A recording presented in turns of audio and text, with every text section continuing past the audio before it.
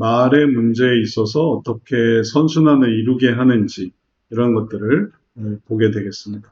선순환이 있는데 말의 문제에 있어서 근데 이 선순환을 이제 어떻게 이룰 것인가를 알면은 그러면 이제 이 부분들을 더 잘 행할 수 있는 거죠. 전부 다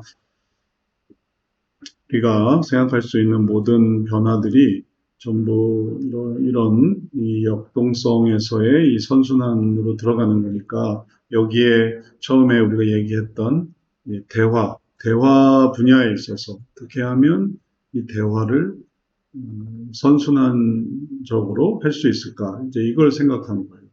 그래서 대화에 있어서 악순환, 대화의 악순환. 뭐 듣는 거 말하는 거 다 마찬가지죠.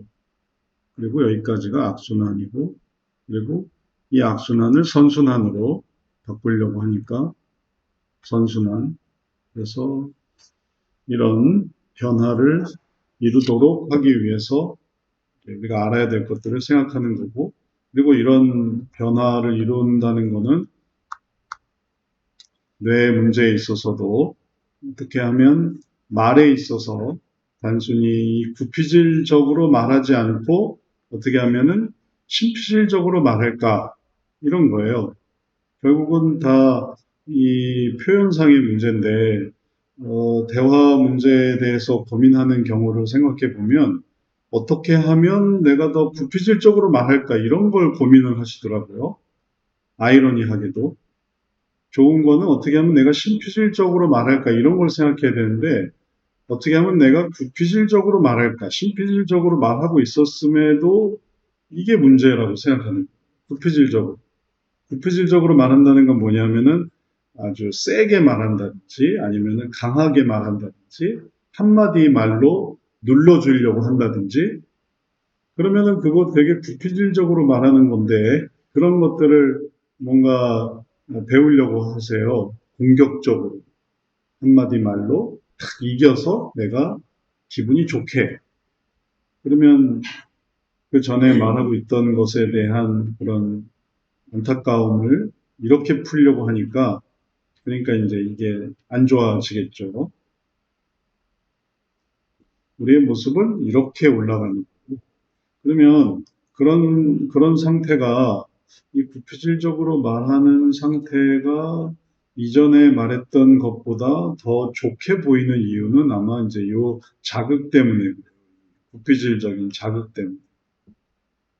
신피질의 자극이 이제 이 고피질서부터 이게 올라와야 되는데, 이거는 있는데, 이게 뭔지를 몰랐던 거죠. 그래서 뭐 부드럽게 말한다, 조용조용히 말한다.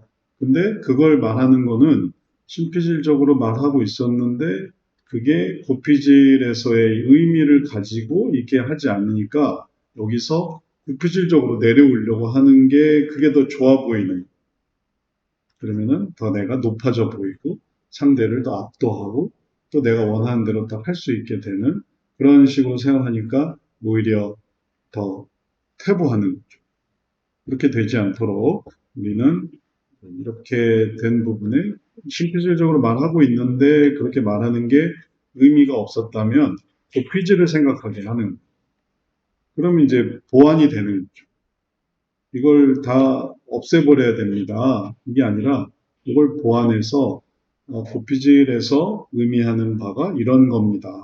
그러니 이렇게 말하는 것이 이게 나쁜 게 아닙니다. 이상한 게 아닙니다.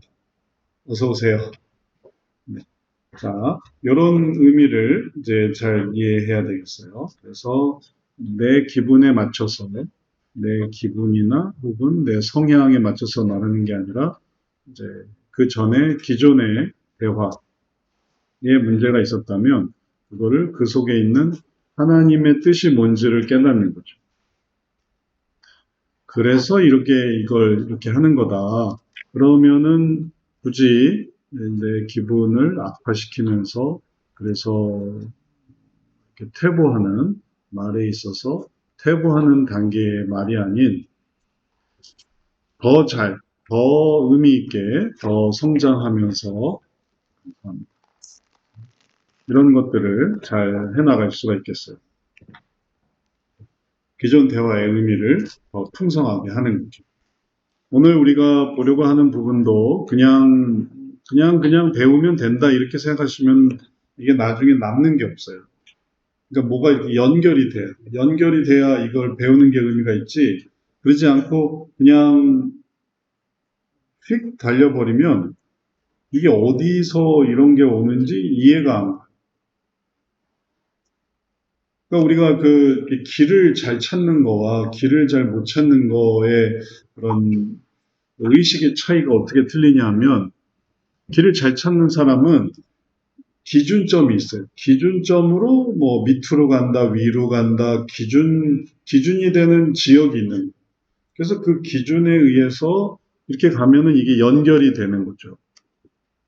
그러면 이제 내용이 기억이 나요.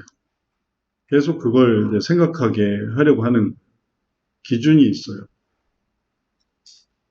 그리고 그 기준에 따라서 이거는 이게 위에 있는 거고, 요건 오른쪽에 있는 거고, 밑에 있는 거고.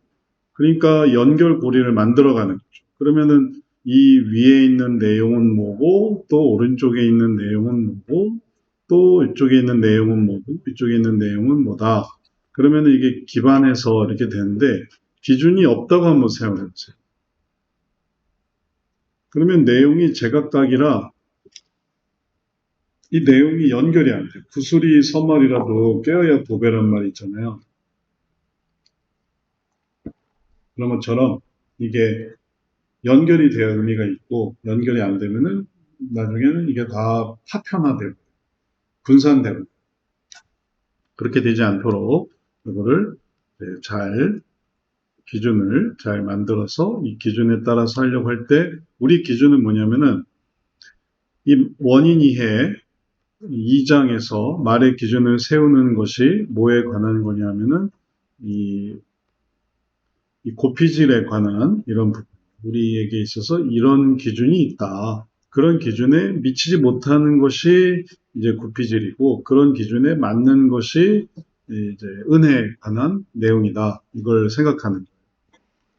자, 각각의 절이 네 개의 절이 있어서 네 개의 절이 이 원인 이해에 대한 의미를 보여주는 거고 또 이 의미는 역동성으로 생각을 하자면 이 욕구 이면에 있는 말의 소원이 뭐고, 그 다음에 또 말의 욕구가 뭔가, 이제 요거를 따지게 하는 은혜의 소원, 그 다음에 나의 욕구, 요거를 비교할 수 있게, 그래서 요것도 보고 요것도 볼 수 있게 하는 거예요. 인간의 본질을 이해하면 은혜의 필요성을 깨닫게 된다. 그래서 인간의 본질이 여기에 있는 거죠. 죄성에 있는 거죠. 그러니까 우리가 일로 넘어가야 한다라는 은혜가 필요해요. 은혜를 생각하면서 하면은 이게 소원을 갖게 되고 이 소원을 가지고 이게 물이 흐르는 내 속에 이런 게 있는 게 아니라 이 말은 다시 말하면은 내 속에 이런 가능성이 있어요. 아무리 점잖은 사람도 이런 가능성이 있어요. 그래서 이걸 이렇게 고피질로 올려야만 하는 거죠. 뿐만 아니라 고피질의 의미는 신피질을 유지하는 데도 의미가 있어요. 왜 우리가 신피질적인 삶을 살아야 되는가 하면은 그럴 때 고피질이 이렇게 표현이 되기 때문에 그런 거죠. 왜 부드럽게 합니까? 뭐 누구는 성질이 없어서 부드럽게 한 줄 아세요? 이러는 거죠. 이게 아니라 하나님의 뜻을 따르려고 하니까 부드럽게 하는 거예요. 이번에 경찰관이 어떤 경찰 기사에 어떤 경찰관이 퇴직을 하게 됐는데 왜 퇴직을 하게 됩니까? 주치자, 술 취한 사람의 따귀를 때리면서 제압을 해가지고 그래서 옷을 벗게 됐어요. 그러니까 그러면은 이 따귀를 때리면 안 되는구나라는 걸 이제 이제서야 아는. 왜 경찰은 이 술 취한 사람을 왜 막대하면 안 됩니까? 하면은 공권력이니까. 공권력에 다른 것들을 다 할 수 있는데 그걸 이제 사적으로 따귀를 때린다든지 이런 식으로 감정적으로 하게 되면은 공권력을 보여주는 게 아니라 사적 구제를 보여주는 거니까 그거는 경찰로서 또 지탄받는다. 그는 법을 어기는 거다. 그런 법을 어기는 거니까 결국은 이제 그걸 이제 더 이상 못하게 된 거죠. 그냥 뭐 일반인이 돼버린 거죠. 그래서 그런 것처럼 우리가 이런 고피질로 하는 것이 왜 이렇게 하냐면은 그래 이렇게 되는 거고 또 신피질을 따라서 사는 삶을 왜 살 수 있냐면은 고피질에 근거한 것이 이때 근거한 것이기 때문에 그런